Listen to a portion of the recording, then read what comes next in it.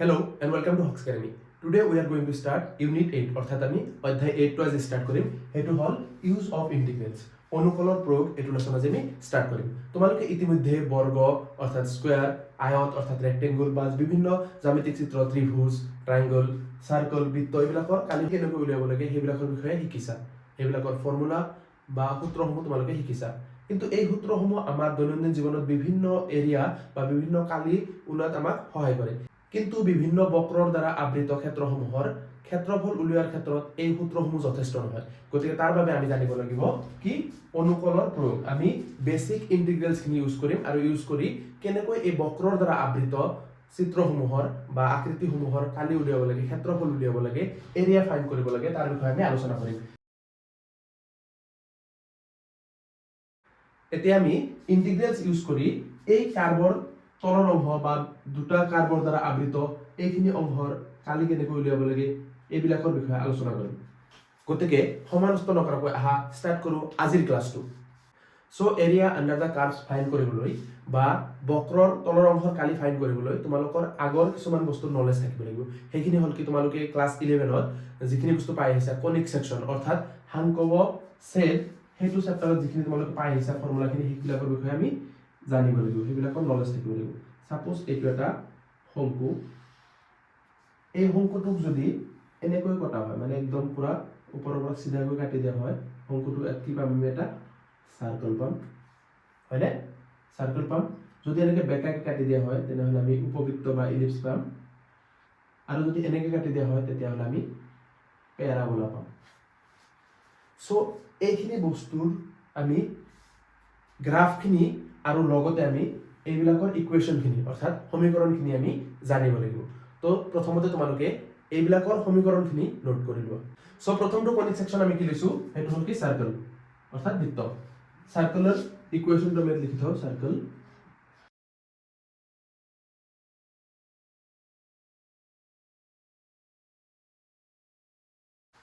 x minus a whole square plus y minus k whole square is equal to r square এই কে এইবিলাক কি হয় এটো হল কি সেন্টাৰৰ যেটো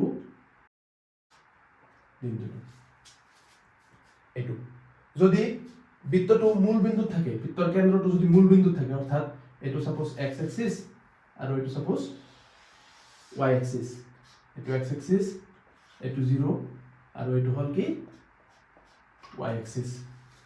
যদি এটো 0 0 বিন্দুত থাকে x আৰু k টোৰ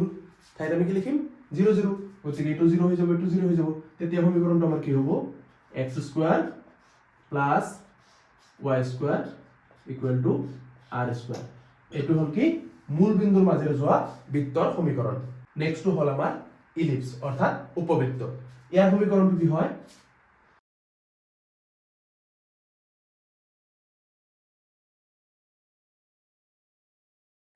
উপবৃত্ত ইয়াৰ সমীকৰণটো হল ইলিপসৰ সমীকৰণটো হল x square by a square a square to কি a স্কয়াৰ টু হল a যেটো বিন্দু হ'ব এটো বিন্দু কি হ'ব সোয়া ইফালে x অক্ষৰ ফালে সাপোজ a দূৰলৈকে গৈছে x অক্ষৰ ফালে a লৈকে গৈছে y অক্ষৰ ফালে যোৱা নাই y অক্ষৰ ফালে কি 0 তে আছে a 0 এটো পয়েন্ট হল কি a 0 হেই a স্কয়াৰ হেতু ঠিক আছে ইফালে কিমান ইফালে ab সোয়া ইফালে হ'ব কি x অক্ষৰ ফালে কিমান গৈছে 0 b আৰু বাকি দুটা কি হ'ব এটো হল কি এফালে হল -a 0 এফালে কিমান 0 b যেতিয়া আমি ইলিপস বা উপবৃত্তৰ সমীকৰণ লিখিম যেতিয়া আমাৰ a টো ডাঙৰ হ'ব আৰু b টো সৰু হ'ব তেতিয়া উপবৃত্তটো এনেকুৱা দেখা পাম আৰু যেতিয়া কি হ'ব আমাৰ b টো ডাঙৰ হ'ব আৰু a টো সৰু হ'ব হেতু ক্ষেত্ৰত আমি কেনেকৈ পাম হেতু ক্ষেত্ৰত আমি এনেকুৱা টাইপৰ অভেল পাম সাপোজ আমি কি এটুত সোয়া এটুত আমি পাইছো কি x স্কয়াৰ বাই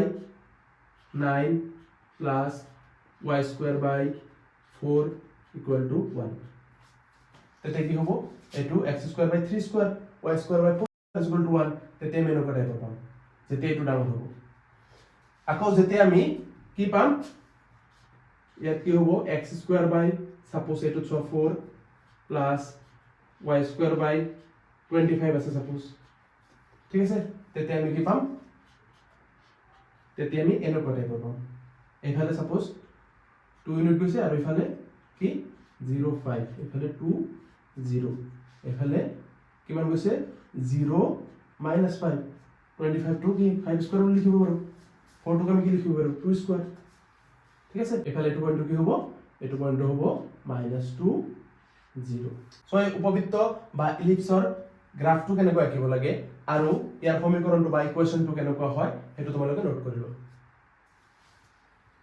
নাও let us move on to our next conic section, হেতু হল কি প্যারাবোলা অর্থাৎ অধিবৃত্ত। অধিবৃত্ত হেতু কি বস্তু হয়, হেতু হল কি এনেকুৱা আকৃতি, এনেকুৱা আকৃতি, হেতু হল কি অধিবৃত্ত অৰ্থাৎ প্যাৰাবোলা।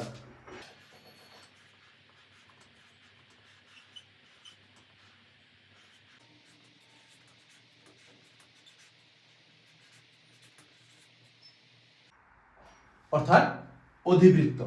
এই অধিবৃত্ত কেইটা চোৱা চাৰিফালে মুখ কৰি থাকিব পাৰিব। এইটো চোৱা সোঁফালে মুখ কৰি আছে ৰাইট হ্যান্ড সাইডৰ ফালে,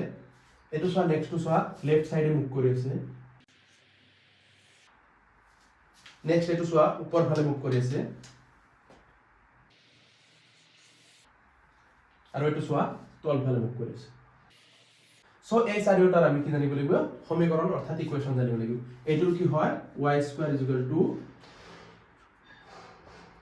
4ax। সোয়া এইটো x অক্ষৰ ফালে আছে, x অক্ষৰ ফালে সোঁফালে মুখ কৰি আছে, তো এইটো কি x টো পজিটিভ 4ax। ঠিক তেনেদৰে এইটো কি হ'ব y স্কয়াৰ =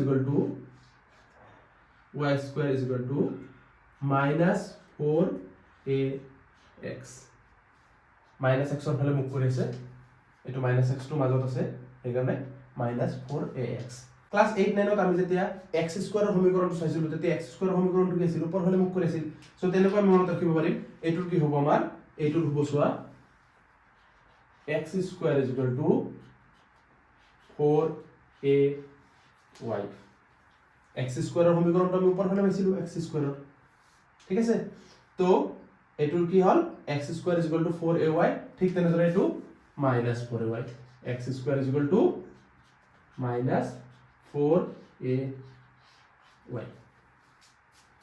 এইকেইটা বস্তু তোমালোকে কি মনত ৰাখিব লাগিব, জাস্ট এইকেইটা বস্তুৱে। সাৰ্কুলাৰ কি হয় x square + y square = r square, যেতিয়া মূল বিন্দুটো আমাৰ কি হ'ব সেন্টাৰ হ'ব, আৰু মূল বিন্দু নহয় বেলেগ বিন্দু হলে x - h² + y - k² = r square. উপবৃত্তৰ ক্ষেত্ৰত কি হয় x² / a² + y² / b² = 1। আৰু প্যাৰাবোলা বা অধিবৃত্তৰ কাৰণে এই চাৰিটা ইকুৱেশন তোমালোকে আৰু এই চাৰিটা গ্ৰাফ তোমালোকে মনত ৰাখিব লাগিব। তাৰ পিছত আমি কি বেসিক ইন্টিগ্ৰেলস সেইখিনি আমি জানিব লাগিব, আৰু এটা কি ইন্টিগ্ৰেলৰ এটা সূত্ৰ, এটা ফৰ্মুলা, সেইটো তোমালোকে মনত ৰাখিব লাগিব। সেই ফৰ্মুলাটো মই লিখি দিছো, ইন্টিগ্ৰেশন, এই ফৰ্মুলাটো তোমালোকে মনত ৰাখিব লাগিব। এইটো ইকুৱেল কি হয়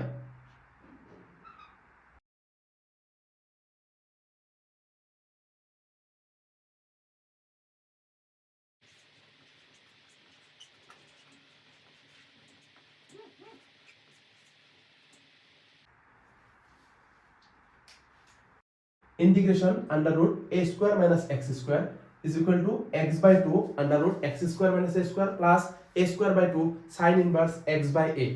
এই ফৰ্মুলা কেইটা যদি তোমালোকে মনত ৰাখা আৰু এই বস্তুখিনি যদি তোমালোকে মনত ৰাখা, এইটো চেপ্টাৰ অধ্যায় 8 টো তোমালোকে ইজিলি সলভ কৰিব পাৰিবা। এৰিয়া আন্ডাৰ দা সিম্পল কাৰ্ভ অৰ্থাৎ সৰল বক্ৰৰ তলৰ অংশৰ কালি কেনেকৈ উলিয়াব পাৰি তাৰ বিষয়ে আমি আলোচনা কৰিম। সাপোজ আমি এই কাৰ্ভৰ, এইটো কাৰ্ভৰ তলৰ অংশৰ আমি কালি ফাইন্ড কৰিব লাগিব। সাপোজ ইয়াৰ পৰা এইখিনি অংশৰ আমি কালি উলিয়াব লাগিব। সো এইটো x এক্সিস মানি ললো আমি এইটো x = a, এইটো কি x = b, আৰু এই কাৰ্ভটো কি y = f(x). এই কাৰ্ভৰ যেটো সমীকৰণ সেইটো হল কি y = f(x), এটো এটা ফাংচন, এইটো কাৰ্ভৰ y = f(x). গতিকে আমি এই কাৰ্ভৰ তলৰ অংশখিনিৰ কালি কেনেকৈ উলিয়াম চোৱা। এই কাৰ্ভৰ তলত চোৱা এইটো যেটো আকৃতি হৈছে, এই আকৃতি এই তলৰ অংশখিনি এইখিনিৰ আমি যেতিয়া কালি ফাইন কৰিম তাৰ কাৰণে কি কৰিম আমি এই অংশটো কি কৰিম সৰু সৰু টুকুৰাত এনেকৈ সৰু সৰু স্লাইছত আমি কাটি ল'ম এনেকৈ একদম সৰু এইখিনি অংশ সাপোজ এইখিনি একদম সৰু লেন এইখিনিক আমি dx বুলি ধৰিছোঁ আৰু এই ওপৰ ফালে চোৱা এইখিনি লেন কি হ'ব y হ'ব হয় না নহয় এই লেনখিনি কি হ'ব y হ'ব গতিকে এই যেটো ৰেড অংশখিনি এইখিনিৰ কালি কি হ'ব আমাৰ y dx হয় না নহয় এইখিনি কালি কি হ'ব এইখিনি কালি কি হ'ব y dx তেনেকৈ আমি সৰু সৰু বহুত স্লাইস ল'ব পাৰিম বহুত এনেকুৱা টুকুৰা আমি ল'ব পাৰিম আৰু গোটেই কেইটা কালি আমি কি হ'ব যদি আমি dx লেন্থৰ লওঁ গতিকে এৰিয়া কি হ'ব y dx গতিকে আমি এৰিয়া কোৰ পৰা কলৈকে ফাইন কৰিছো x a এৰ পৰা x b লৈকে আমি ফাইন কৰিছো গতিকে আমি এৰিয়া কি লিখিব পাৰিম এৰিয়া গোটেইখিনি এৰিয়া আমি কি লিখিব পাৰিম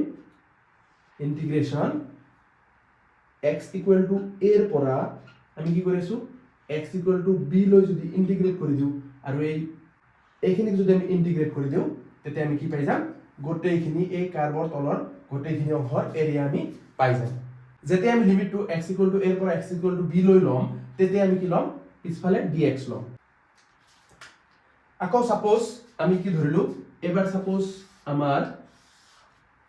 y অক্ষৰ সাপেক্ষে আমাৰ এইটো কাৰ্ভৰ আন্ডাৰত এৰিয়া উলিয়াব লাগে এইটো কাৰ্ভটো আছে এনেকে এইটো সাপোজ y এৰ পৰা y b লৈকে আছে আৰু এইটো সাপোজ গ্ৰাফটো সাপোজ x ফাংশনটো হল g of y তো এইটো ক্ষেত্ৰত আমাৰ এৰিয়া কি হ'ব এইখিনিৰ এৰিয়া কি হ'ব আমাৰ এইখিনিৰ এৰিয়া হ'ব ইন্টিগ্ৰেশন কি এৰ পৰা b লৈকে y এৰ পৰা y b লৈকে আমি কৰি আছো আৰু এটো কি হ'ব x কি লিখিম এবাৰ আমি dy ৰ সাপেক্ষে আমি কৰি আছো এতিয়া x টো কি আছিল x টো g ৰ ফাংশন আছিল সো এটা আমি এনেকৈ লিখিব পাৰিম y এৰ পৰা y b লৈকে কি g of y dy এটোৰ ক্ষেত্ৰত আমি লিখিব পাৰিম ইন্টিগ্ৰেশন x এৰ পৰা বা এৰ পৰা b লৈকে লিখিলো আমি y টো কি আছিল f of x x ৰ ফাংশন x ৰ টাৰ্মত থাকিব আৰু কি dx সো এনেকে আমি কি কৰিব পাৰিম এৰিয়া ফাইন কৰিব পাৰিম ঠিক আছে সো এতিয়া চোৱা এটা বস্তু সাপোজ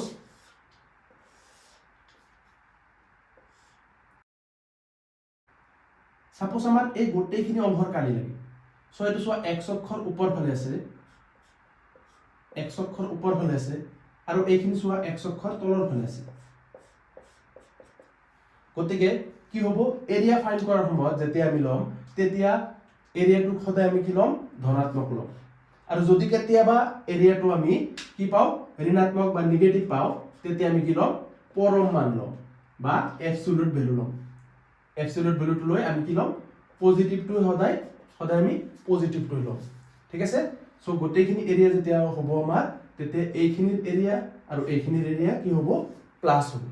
ঠিক আছে আৰু কিছুমান ক্ষেত্ৰত আছে চোৱা কিছুমান ক্ষেত্ৰত আমি কি পাম সাপোজ আমাৰ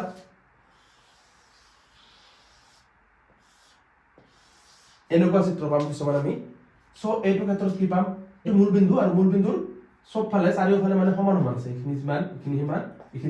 সিমান ধৰিব ঠিক আছে সো আমি কি কৰিম এইটো সময়ত জাস্ট এইখিনি অংশৰ কালি উলিয়াম এইখিনি অংশৰ এৰিয়া আমি ফাইন কৰিম আৰু এই এৰিয়াখিনি ফাইন কৰি লৈ গেনে আমি কি কৰিম সেইখিনি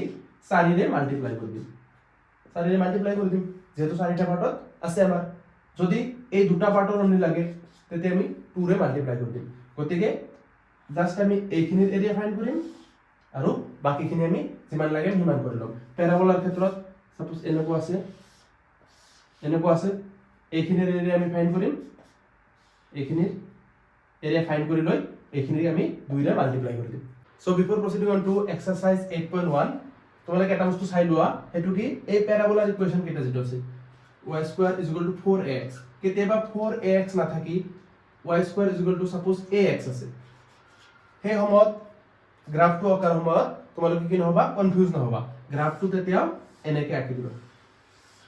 ইয়াত কি আছে 4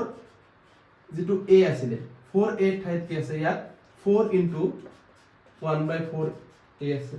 এনেকৈ থাকিব পাৰে সো 4 4 কেনসেল গৈ আমাৰ কি আছে ax আছে হেতু সময়ত কি হ'ব আমাৰ a টু লেন্থটো যেটো আছে এই লেন্থটো ফোকাল পয়েন্ট এটো সাপোজ এই লেন্থটো কম আছে ঠিক আছে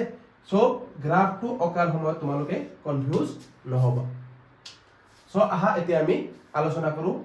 অনুশীলনী 8.1 সো প্ৰথম প্ৰবলেমটো সকি দি আছে x² / 16 + y² / 9 = 1 এই উপবৃত্তটোই আগোৰা ক্ষেত্ৰৰ কালি উলিয়াব লাগে find the area bounded by the ellipse x² / 16 + y² / 9 = 1 যেতিয়া আমি এনেকুৱা প্ৰবলেম দেখা পাম প্ৰথমতে আমাৰ কামটো কি হ'ব এইটো হল কি উপবৃত্ত সো আগতে আমি লিখি লম দিয়া আছে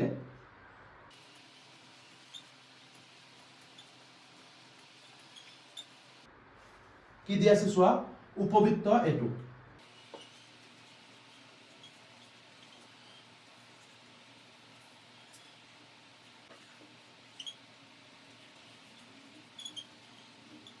x² / 16 + y² / 9 = 1 ইংলিশত লিখিবা given ellipse is x² / 16 + y² / 9 = 1 next আমি এটু কি কৰিম স্ট্যান্ডার্ড ফর্মলৈ লৈ আহিম স্ট্যান্ডার্ড ফর্মটো কি আছিল x² / a² সো 16 টোক আমি লিখিম 4² আৰু y² তলত যেটো b² আছিল হেটিক আমি লিখিম কি y² / 3² = 1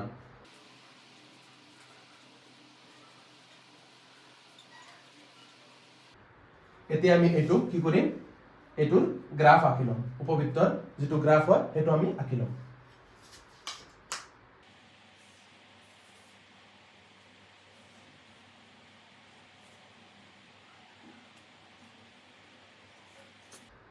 এটু হল x axis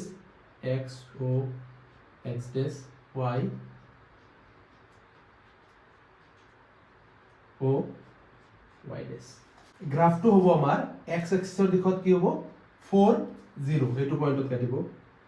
4 1 2 3 4 1 2 3 4 এটু বিন্দু আৰু y axisৰ দিশত 3 কাটিব 1 2 3 1 2 3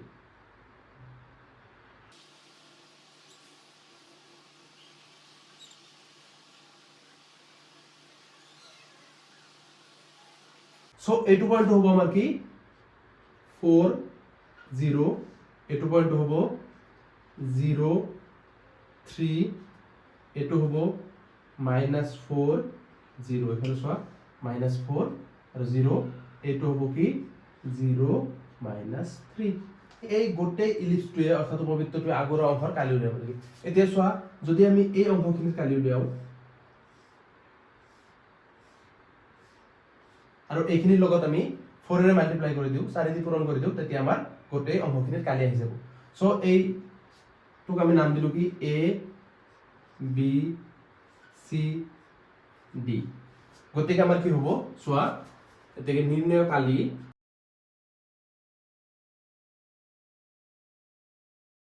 কালিটো কি হ'ব আমাৰ কালিটো হ'ব এই গোটেইখিনি অংশৰ কালি a b c d এৰ কালি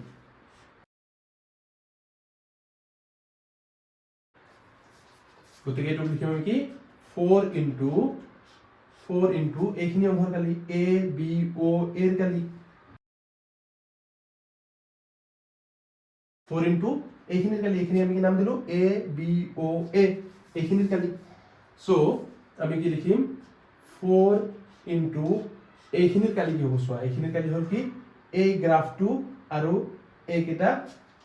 ৰে আগোৰা চিত্ৰৰ কালি সো এইখিনি কি হ'ব 4 into ইন্টিগ্ৰেশন কোৰ পৰা কলৈ কি কৰিম আমি সোয়া এইটো হল কি 0 0 0 0 x অক্ষৰ দিশত আমি কৰি আছো x অক্ষৰ দিশত তো x অক্ষৰ কোনটো পয়েন্টৰ পৰা কৰিম 0 ৰ পৰা 4 লৈকে x অক্ষত আমি কি কৰিম 0 ৰ পৰা কলৈ কি কৰিম 4 লৈকে কৰিম এটো ইনটু 2 এনেকে আমি ব্ৰেকেট আপ দিম ঠিক আছে 0 ৰ পৰা আমি কলৈ কি কৰিম 0 ৰ পৰা 4 লৈকে কৰিম এইটো সাপেক্ষে এইটো বক্ৰৰ সাপেক্ষে বক্ৰটোৰ আমি নাম কি দিম y d x যেহেতু আমি x অক্ষৰ সাপেক্ষে কৰি আছো চোৱা এতিয়া y টো আমি ক'ৰ পৰা পাম চোৱা y টো আমি এইটো সমীকৰণৰ পৰা আমি y টো উলিয়াই লম ঠিক আছে সো এটোৰ পৰা y টো উলিয়াবলৈ আমি কি কৰিম চোৱা কি আছিল আমাৰ x² / 16 plus y² upon 9 equal to আছিল আমাৰ 1 তো এটো আমি ফালে ৰাখি দিম সো আমি কি পাম y² over 9 is equal to 1 minus x² by 16 so কি পাম চোৱা y² equal to 9 টো গৈ ইফালে কি হ'ব আমাৰ 9 টো গৈ ইফালে আমাৰ পূৰণ হ'ব so 9 into এটোৰ পৰা 16 টো LCM লৈ লোৱা LCM লৈ কেনে 16 টো বাহিৰত লৈ আহা LCM লৈ বাহিৰত লৈ আহিলো এটোত কি হ'ল 16 minus x² 16 আৰু কি ওপৰত x² ঠিক আছে সো এবাৰ আমি কি লম ৰুট ওভাৰ লম x আমাক কি লাগে y লাগে সো ৰুট ওভাৰ লৈ কি পাম আমি 3/4